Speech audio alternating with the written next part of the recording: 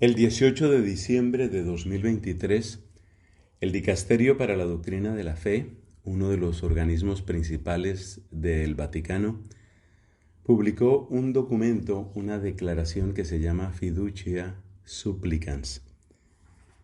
Es una declaración que tiene que ver con bendiciones, con lo que significan las bendiciones y concretamente las bendiciones a parejas en situaciones irregulares. A partir de esa publicación de este documento he recibido distintas solicitudes de ofrecer una opinión y es lo que me propongo en los siguientes minutos, apoyándome en un sencillo escrito que realicé y que también he tratado de difundir como un servicio fraterno. Primero que todo, un poco de contexto. Hay tres antecedentes claves. Primero, desde el comienzo de su pontificado, el Papa Francisco ha insistido en la misericordia como eje central del Evangelio y por lo tanto de la vida y la misión de la Iglesia. Su manera de expresarse sobre la misericordia enfatiza la acogida, mientras omite o deja en la penumbra el llamado directo a la conversión. Este llamado queda reemplazado por la expresión proceso de acompañamiento, que se supone que debe empezar por lo que una corriente actual de teología moral llama el bien posible. Según esa opinión, las personas que están en situaciones irregulares, como puede ser en adulterio o conviviendo como pareja con personas del mismo sexo, deben ser acogidas y después acompañadas, si así desean, partiendo de lo que es su realidad y su bien posible, es decir, lo que de modo realista pueden hacer en las condiciones en que se encuentran. Segundo elemento de contexto, vivimos en un tiempo de intensa difusión y penetración de la ideología de género en sus diversas expresiones. Esta penetración global parece difícil de explicar si no es por la existencia de amplios acuerdos y apoyos entre sectores muy potentes de la política y de la economía mundiales. A esta realidad de interconexión se le suele llamar nuevo orden mundial, aunque hay que admitir que resulta bastante opaco el término, en la medida en que desconocemos quiénes son los auténticos impulsores y cuáles son sus agendas últimas. Si bien el Papa Francisco se ha pronunciado en contra de esta ideología de género, su actitud con respecto a la práctica misma de la homosexualidad parece estar marcada ante todo por la idea suya de misericordia que se ha expuesto antes. Entre tanto, tercer elemento, hay hechos pastorales o de aspecto pastoral que se han dado en diversos países, particularmente en Alemania, Luxemburgo y Bélgica, entre otros. En concreto, se trata de la convocación abierta a parejas del mismo sexo para que vayan a las iglesias y reciban bendiciones de sacerdotes y en algunos casos de obispos. Esta práctica se ha hecho al margen de cualquier aprobación previa de la Santa Sede y de hecho en abierta oposición a un documento de la Congregación para la Doctrina de la Fe del 15 de marzo de 2021 que expresamente decía: no es lícito impartir una bendición a relaciones o a parejas incluso estables que implican una praxis sexual fuera del matrimonio, es decir, fuera de la unión indisoluble de un hombre y una mujer abierta por sí misma a la transmisión de la vida, como es el caso de las uniones entre personas del mismo sexo. Eso decía ese documento y es importante que en ese documento se inscribe a las bendiciones dentro de la praxis de los sacramentales, como de hecho ha sido la manera tradicional de obrar y enseñar de la Iglesia. Surge una pregunta: si ese documento del 2021 es tan claro, ¿por qué una nueva declaración? Es difícil tener una respuesta que solo podría tener valor si la diera el ahora llamado Dicasterio para la Doctrina de la Fe, que es presidido por el cardenal Víctor Manuel Fernández. Lo que el documento mismo dice en sus palabras introductorias es esto, según la versión oficial en español. La presente declaración ha tomado en consideración varias cuestiones que han llegado a este dicasterio, tanto en años pasados como más recientemente. Eso es todo lo que se dice. Luego el documento o la declaración, como se titula, reafirma algunos elementos tradicionales y a la vez introduce conceptos nuevos y ajenos a la tradición de la Iglesia. En cualquier caso, como lo indica el título de la misma declaración, su tema central son las bendiciones. Lo que reafirma es esto. Primero, la doctrina tradicional sobre el matrimonio. Abro comillas. Son inadmisibles ritos y oraciones que puedan crear confusión entre lo que es constitutivo del matrimonio, como unión exclusiva, estable e indisoluble entre un varón y una mujer, naturalmente abierta a engendrar hijos, y lo que lo contradice. Esta convicción está fundada sobre la perenne doctrina de la doctrina católica del matrimonio. Solo en este contexto las relaciones sexuales encuentran su sentido natural, adecuado y plenamente humano.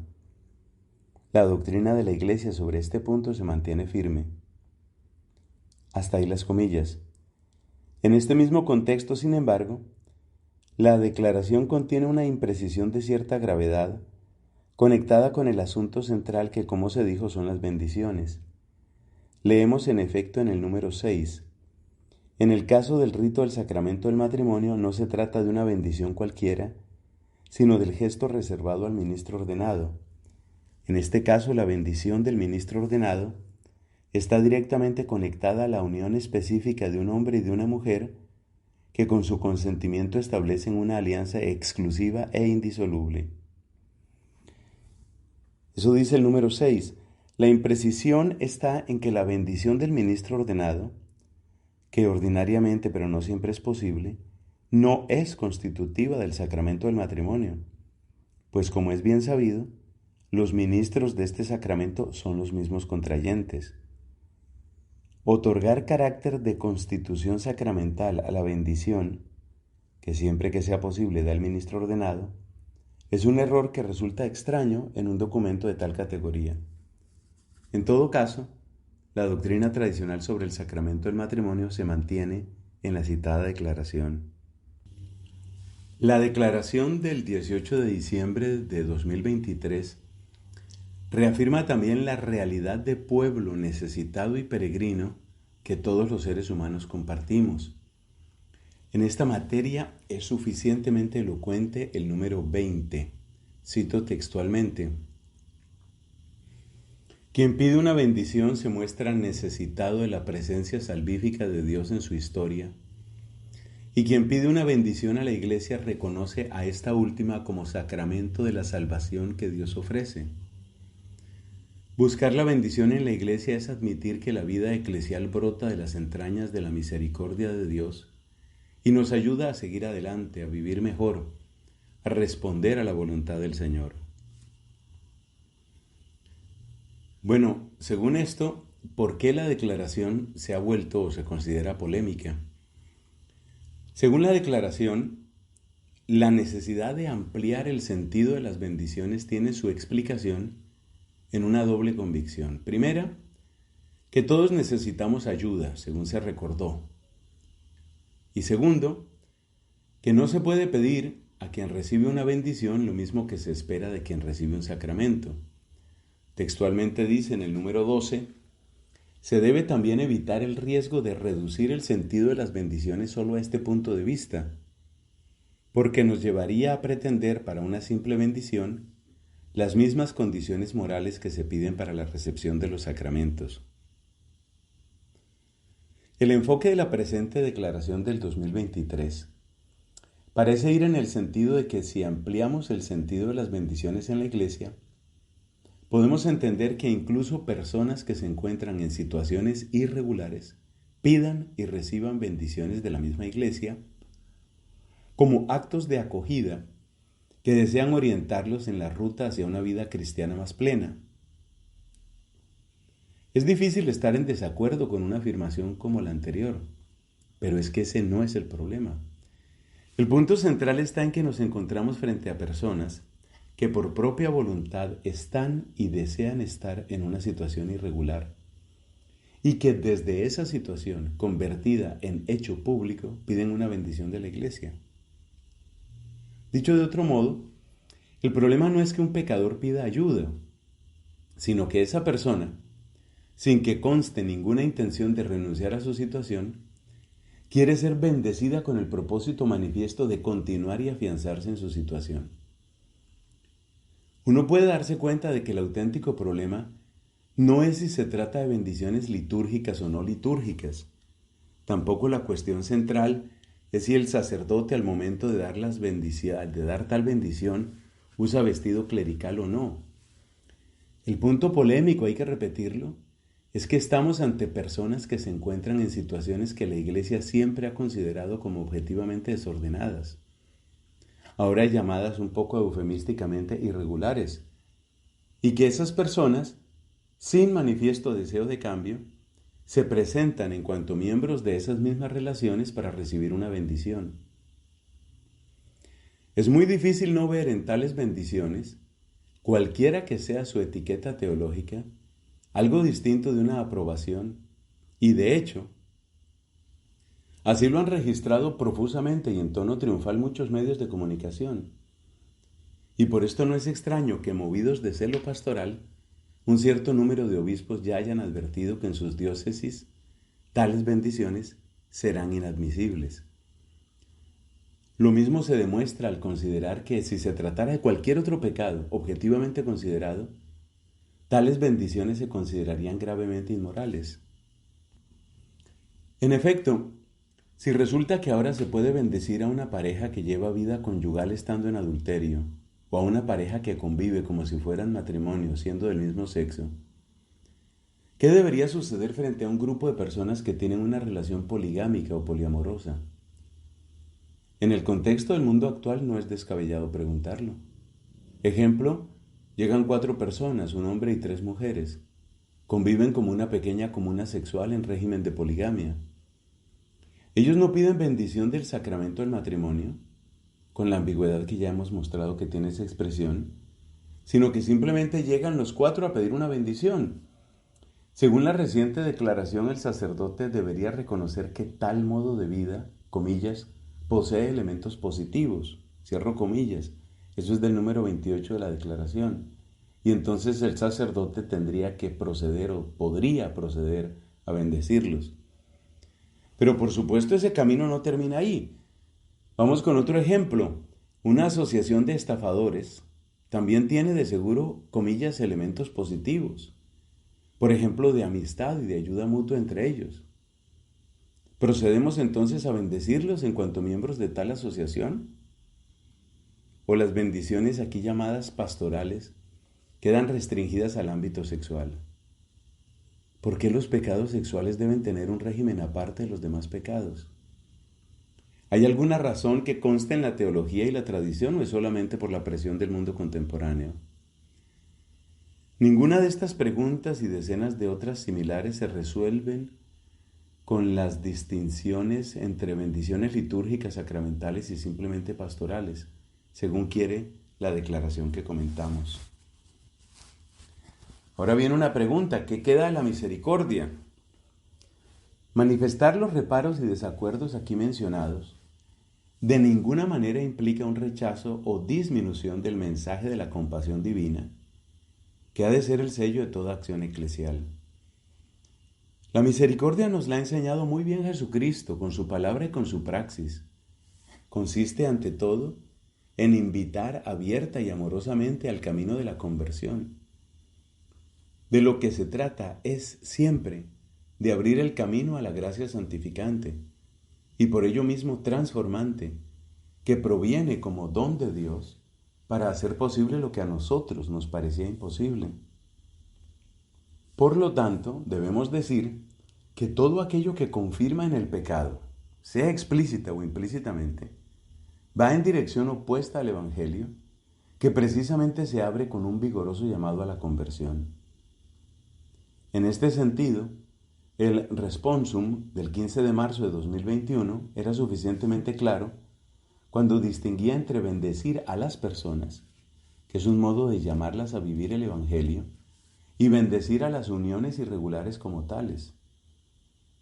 Aquí debe bastar citar el texto del 2021. La respuesta al dubium propuesto no excluye que se impartan bendiciones a las personas individuales con inclinaciones homosexuales que manifiesten la voluntad de vivir en fidelidad a los designios revelados por Dios, así como los propuestos por la enseñanza eclesial, pero declara ilícita toda forma de bendición que tienda a reconocer sus uniones. En este caso, de hecho, la bendición manifestaría no tanto la intención de confiar a la protección y a la ayuda de Dios, algunas personas individuales en el sentido anterior, sino de aprobar y fomentar una praxis de vida que no puede ser reconocida como objetivamente ordenada a los designios revelados por Dios. Esa cita es del texto del 15 de marzo de 2021, la Congregación para la Doctrina de la Fe. Terminamos comentando qué deben hacer entonces los sacerdotes. Recuérdese ante todo que un sacerdote no es un simple funcionario público. Mucho menos es una especie de robot que queda a merced de las solicitudes convertidas en imposiciones que vengan de la gente de nuestro tiempo. El sacerdote, y en realidad todo ministro ordenado, es un servidor del pueblo de Dios, y lo es en la medida en que es un testigo de la verdad íntegra del Evangelio y de la presencia de Cristo cabeza en medio de ese mismo pueblo. Por ello, todo sacerdote debe considerar con la debida gravedad y profunda reflexión personal que por sus actos ha de responder ante Jesucristo. Así lo enseñaba, por ejemplo, San Carlos Borromeo a sus sacerdotes cuando les decía: si diriges las almas, medita con qué sangre han sido lavadas. De aquí se siguen dos principios fundamentales que han de guiar la palabra y la acción del sacerdote: caridad pastoral y doctrina íntegra. Y sobre tal base podemos derivar unas tres indicaciones más concretas. Primera, hemos de desfranciscanizar este tema, así como muchos otros. Lo que está en juego no es si estamos a favor o en contra del Papa Francisco. Todo auténtico católico sabe que solo hay un camino: estar a favor del Papa, que debe entenderse como acompañarlo con la oración, los sacrificios de penitencia por él y la súplica ardiente para que, más allá de cualquier limitación personal, sea fiel a la misión que ha recibido: confirmar a sus hermanos en la fe verdadera. Nuestra tarea no es justificar todo lo que el Papa diga, ni tampoco atacar todo lo que haga o diga. Nuestro papel, el de cada uno, es orar y trabajar para que la verdad y la caridad del Evangelio brillen más y más en todo y en todos. La misma consideración hay que hacer con tantas etiquetas que son frecuentes en nuestro tiempo, que si tal sacerdote es muy de derecha o de izquierda, que si es del ala conservadora o del lobby progresista. Lo que realmente interesa es dónde está la verdad del Evangelio, según la ha vivido y practicado la Iglesia y lo ha enseñado de modo coherente su magisterio. Segunda indicación para los hermanos sacerdotes: ha llegado el tiempo de dar máximo valor a la propia conciencia formada, y esto vale en particular para el sacerdote. Desde esa conciencia formada, el sacerdote sabe que delante de Cristo no puede bendecir una unión o cualquier forma de relación que sea objetivamente contraria a la fe o a la ley natural. Por consiguiente, el sacerdote acogerá siempre con respeto y consideración a todos, pero conservando para sí mismo la claridad de que no está obligado a estar de acuerdo con todos, ni mucho menos tiene que obedecer a los deseos de todos. Mi sugerencia específica frente a una solicitud explícita de una pareja o grupo en situación irregular, sin que importe en qué pecado sexual o no estén involucrados, es esta: recíbelos, escúchalos, enséñales o recuérdales la enseñanza tradicional de la Iglesia, destacando la esperanza de vida nueva que trae la gracia de Dios. Luego, y solo si están dispuestos, haz oración por cada uno en particular, expresándoles, si así te inspira el Señor, las palabras que puedan a la vez darles consuelo e impulso para avanzar en su camino de renuncia a todo pecado, para llevar una vida según Dios. Sugiero también que se evite toda ceremonia pública de tales oraciones o bendiciones individuales. Tercera sugerencia y por último, está el tema del escándalo y confusión que sufren muchos fieles frente a algunas enseñanzas contradictorias que emanan de la Santa Sede en este tiempo. Mi sugerencia: no hay que subrayar todo el tiempo estas situaciones ni convertirlas en tema predilecto de predicación. En particular, nuestro lenguaje explícito o implícito sobre el Papa debe conservar el tono de oración y sincero afecto filial propio de quienes reconocemos la misión, en extremo difícil, que tiene sobre sus hombros. No hay pues que obsesionarse con estos errores o incoherencias, pero tampoco hay que disimularlos o taparlos. Nuestra gente, pueblo de Dios, tiene derecho a conocer el Evangelio íntegro.